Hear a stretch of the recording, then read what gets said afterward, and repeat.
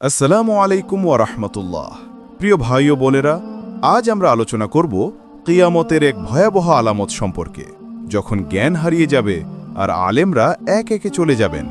এটি এমন একটি সময়ের বর্ণনা যখন মানুষ থাকবে কিন্তু প্রকৃত জ্ঞান থাকবে না, বই থাকবে কিন্তু বোঝার মানুষ থাকবে না, নামাজ হবে কিন্তু তার অর্থ জানা যাবে না, ইসলাম বলা হবে কিন্তু ইসলামের মর্ম হারিয়ে যাবে।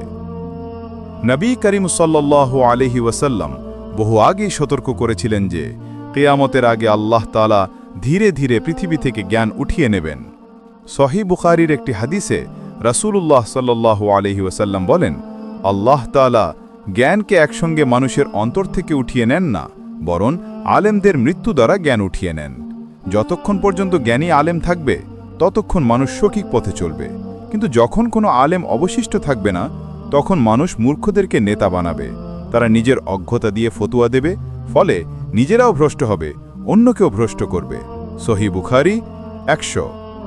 আজ আমরা দেখতে পাচ্ছি সেই সময়ের বাস্তব চিত্র।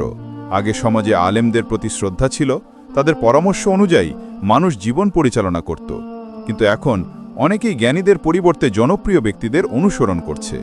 কেউ ইউটিউব বা ফেসবুকে দেখা ভিডিও দেখে ধর্ম শিখছে, অথচ যাচাই করছে না সেই ব্যক্তি সত্যিই জ্ঞানী কিনা। ফলে সত্য ও মিথ্যার পার্থক্য মুছে যাচ্ছে। শেষ জামানায় মানুষ এমন এক অবস্থায় পৌঁছাবে যখন প্রকৃত ইসলামিক জ্ঞান অমূল্য হয়ে যাবে।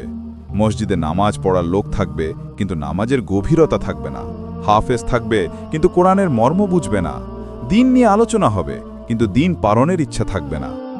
আজ আমাদের সমাজে এই চিত্রই দেখা যায়। অনেকে ধর্মকে শুধুই বাহ্যিক সাজ হিসাবে গ্রহণ করেছে, কিন্তু আত্মিক জ্ঞান থেকে দূরে সরে গেছে। যখন আলেমরা চলে যাবেন তখন মানুষ নিজের মন মতো ধর্ম ব্যাখ্যা করবে। কেউ নিজের স্বার্থে ইসলামকে ব্যবহার করবে, কেউ রাজনীতি বা ব্যবসার স্বার্থে দ্বীনকে বিকৃত করবে।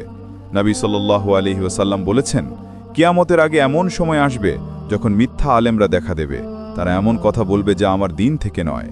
এই হাদিস আমাদের সতর্ক করে যে প্রতিটি জ্ঞানের উৎস যাচাই করতে হবে, কারণ শেষ জামানায় মিথ্যা ও বিকৃত জ্ঞান মানুষকে ভ্রান্তির পথে নিয়ে যাবে।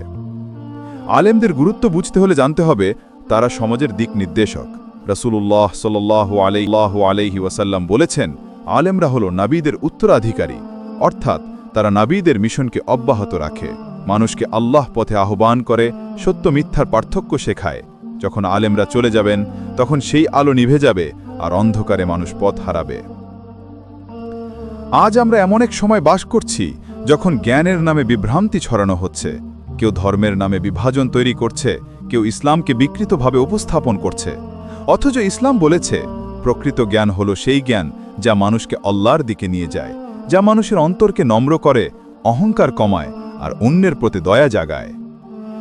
শেষ জামানায় জ্ঞান হারিয়ে যাওয়ার আরও একটি দিক হল মানুষ দুনিয়ার জ্ঞান অর্জনে আগ্রহী হবে কিন্তু আখেরাতের জ্ঞান অবহেলা করবে। সবাই দুনিয়ার সফলতা চাইবে কিন্তু দিনকে ভুলে যাবে। কেউ জানবে কিভাবে অর্থ উপার্জন করতে হয় কিন্তু জানবে না কিভাবে আল্লাহর সন্তুষ্টি অর্জন করতে হয়।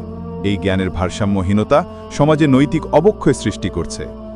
একসময় আসবে যখন আলেমদের উপস্থিতি হবে বিরল। প্রকৃত আলেমদের কথা শোনার মানুষ থাকবে না, কারণ মানুষ চটকদার কথা শুনতে অভ্যস্ত হয়ে যাবে। কিন্তু আল্লাহ তাআলা কোরআনে বলেছেন, জেনে রাখো আল্লাহকেই কেবল প্রকৃতভাবে ভয় করে কেবল তার জ্ঞানী বান্দাগণ। সূরা ফাতির 28। অর্থাৎ প্রকৃত জ্ঞান মানুষকে আল্লাহ ভীরু করে তোলে। আমাদের উচিত এই সময়ে প্রকৃত আলেমদের প্রতি শ্রদ্ধা রাখা, তাদের কাছ থেকে শুদ্ধ জ্ঞান অর্জন করা এবং তা সমাজে ছড়িয়ে দেওয়া। কারণ যখন আলেমরা চলে যাবেন তখন আমাদের সন্তানেরা বিভ্রান্তির মধ্যে বেড়ে উঠবে, তারা ইসলামের প্রকৃত রূপ চিনতে পারবে না। প্রিয় ভাই ও বোনেরা, এখনই সময় ফিরে আসার, কোরআন ও সহিহ হাদিসের আলোকে জীবন গড়ার। মিথ্যা জ্ঞান ছেড়ে প্রকৃত জ্ঞান গ্রহণ করতে হবে। আমাদের উচিত আলেমদের কাছ থেকে শেখা, তাদের দোয়া কামনা করা এবং তাদের উত্তরসূরি তৈরি করা। যদি আমরা আলেমদের সম্মান না করি তাহলে আল্লাহ আমাদের সমাজ থেকে জ্ঞান তুলে নেবেন আর আমরা অন্ধের মতো পথ হারাব।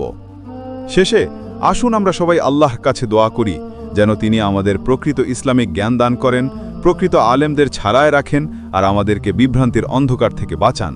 আমিন।